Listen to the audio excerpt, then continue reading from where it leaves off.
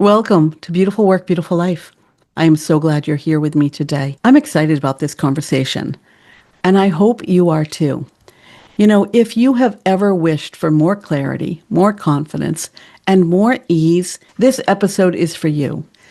Today we're talking about tapping into your inner wisdom and learning to trust it. Before we dive in, I want to take a minute and introduce myself. I'm Laurel Boivin. I'm a life and leadership coach and a speaker. I'm one of the co-hosts of Beautiful Work, Beautiful Life. You'll find all of my contact information and a little information about the work that I do in the show notes. My podcast partner, co-host, and dear friend, Laurel Holland, is also a life coach and an author. You'll find information about the books that she's written, the work that she does, and her contact information in the show notes. She is not with us today, but she'll be back in future episodes. And whether she's having a conversation with me or a conversation with one of her many guests, every time she is in this space, I learn from her. And I hope you do too. So let's dive in. So what is inner wisdom? I'm going to tell you, it's one of the most powerful tools you have. You were born with it. You carry it with you always. And it is a tool that will help you know yourself, know what you need and want, and learning to trust this inner wisdom that you have, it will change everything. Inner wisdom can serve as your inner compass. It's always guiding you towards what is true and right for you. Now, how can you learn to quiet the world around you or quiet your mind, quiet your nervous system so that you can tap into your inner wisdom? And how can you learn to trust it?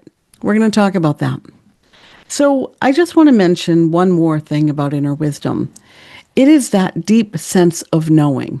It is a calm clarity in your heart and in your soul. It's a nudge that whispers and tells you what you already know. It might give you direction. It might give you warning. It might give you encouragement. But it's a very quiet nudge. And that is why we need to learn to be quiet in order to hear it. Now, I'm not going to say that my inner wisdom never is loud. Sometimes it's loud. And typically it's loud when I have ignored it for too long. So this inner wisdom, you just need to learn how not to ignore it and not to doubt it. It's always there. It's always waiting to guide you. It's always waiting for you to tap in and listen. Are you wondering what gets in the way? What stops us from getting quiet and listening to our inner wisdom? I have found there's 4 things that generally get in the way. One of them is busyness. Keeping myself busy, and I'll say noisy. Being surrounded by noise and activity, that does not create the quiet moments that I need to tap into my inner wisdom. I wonder if it's the same for you. Are there times that quiet moments result in aha moments? And I get it, quiet moments can be uncomfortable and life is busy. We have a lot of demands put on us. So maybe quiet moments are hard to come by. But busyness and noise get in the way. They drown out that inner voice, that inner wisdom. The second thing I have found is overthinking. Now, I've been known to be an overthinker. I have been rewarded heavily in my career and in my life for using my cognitive ability. And that is somewhat the culture we live in. We are rewarded for our cognitive ability, for using our head. And so this overthinking can get in the way and block out the inner wisdom that we carry in our body. When our brains are really busy, sometimes we're not even in tune with what our body is telling us. The third thing is fear. Now, it could be fear of making the wrong decision, fear of being judged, fear of disappointing people, fear of disappointing ourselves, fear of failure, fear of success. There's so many things that show up as fears. And so what I think about this one, this gets in the way. It drowns out the inner knowledge, that inner voice, it blocks our inner wisdom. Fear has us often acting in response to our nervous system. So when your nervous system has kicked in, your body is not in a place to let your inner wisdom shine through. The fourth thing that I want to mention here as something that gets in the way is our conditioning. We are taught from a very young age to seek and value outside authority more than our own inner knowing. How often do you look for answers outside of yourself? I know I do. Do any of these four things feel familiar to you? Are they tendencies or behaviors of yours? And if so, bring some gentle, loving self-kindness and awareness to them. When they show up, just remind yourself that they're getting in the way of your inner wisdom. Just naming what blocks our inner wisdom can help. When I think about it, it might be fear. I do this sometimes. I recognize fear when it shows up and I say, hello, fear, my oldest friend. Because I've known fear my whole life. Whether or not I follow that fear or let it interrupt me is another story.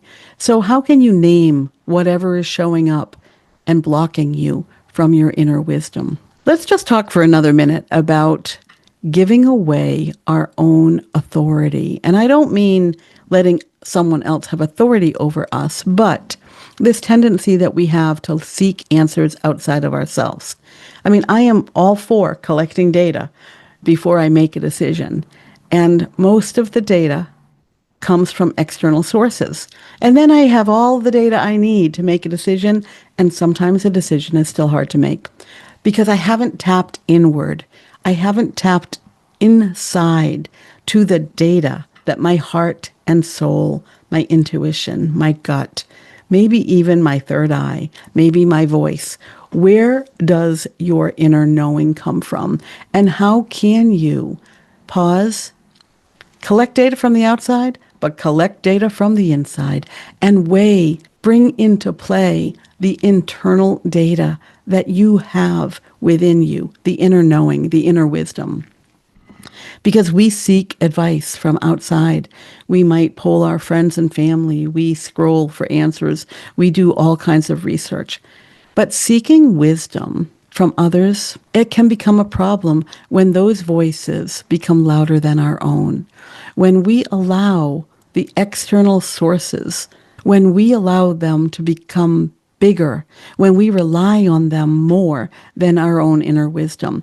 That is one of the things that leads to doubting our inner wisdom. And as we try to become more confident in our inner wisdom, we need to practice relying on it. So take a moment and think about, where might you outsource your inner wisdom, your inner knowingness? Where are you outsourcing it? When do you outsource it? And how can you remind yourself that you are an expert of your life, your body, your heart, your intuition, your values? You have all of this data, all of this information to make decisions from. So I want to get into ways to tap into your wisdom, because we've just agreed, I think we've agreed, I know we've agreed, you have inner wisdom. How can you tap into it? The first way I'm going to tell you is creating quiet and stillness. We have to quiet the noise. Give yourself some quiet so that your wisdom can speak, so that your wisdom can emerge. Even 5 minutes a day of silence, of sunshine, of breathing, focusing on your breath, sitting outside, can create space for clarity to come, for your wisdom to emerge. The second thing is begin to listen to your body. Our bodies are filled with data, and that data sometimes we ignore, right? It might be an ache or a pain. It might be a knot in your stomach. It might be a lump in your throat. Some of these sensations that show up in our body, they are wisdom. They are self-knowingness, rising its head and speaking to you. Are you ready to listen? So begin to notice these sensations. Do you feel tight or open? Do you feel heavy or light? Do you feel energized or not? Those cues are guiding you towards something that is meant for you, something that is right for you.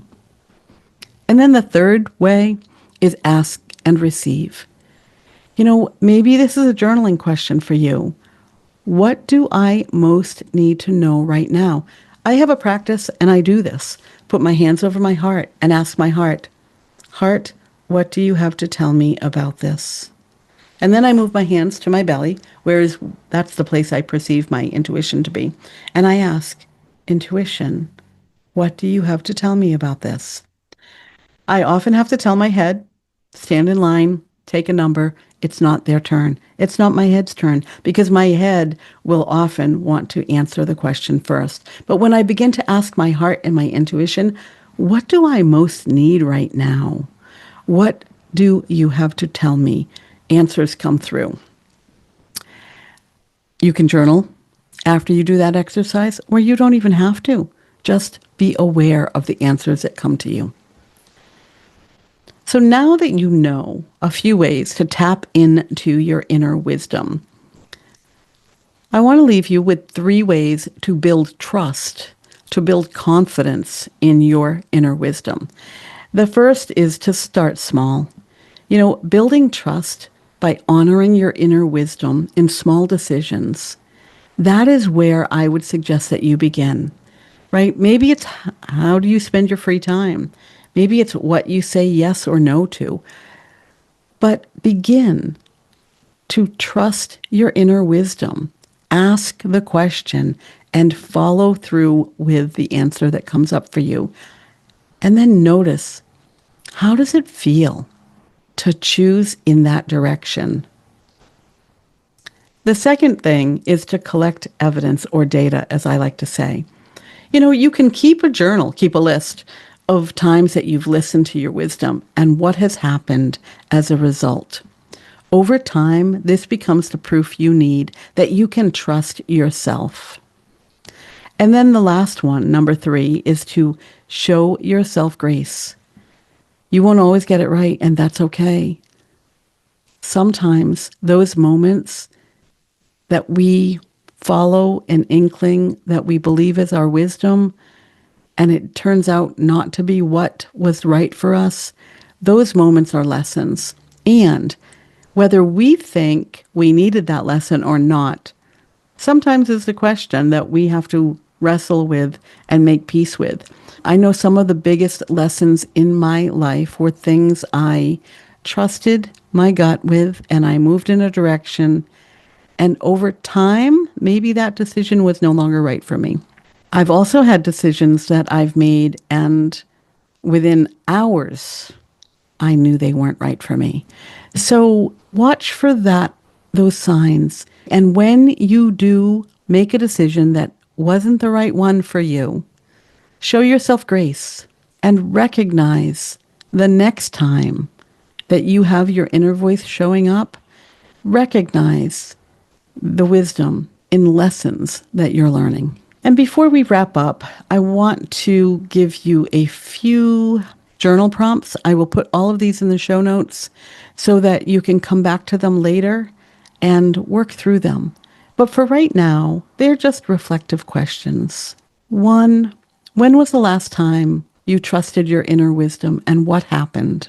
2, where am I currently seeking clarity or guidance? What does my inner wisdom say about it?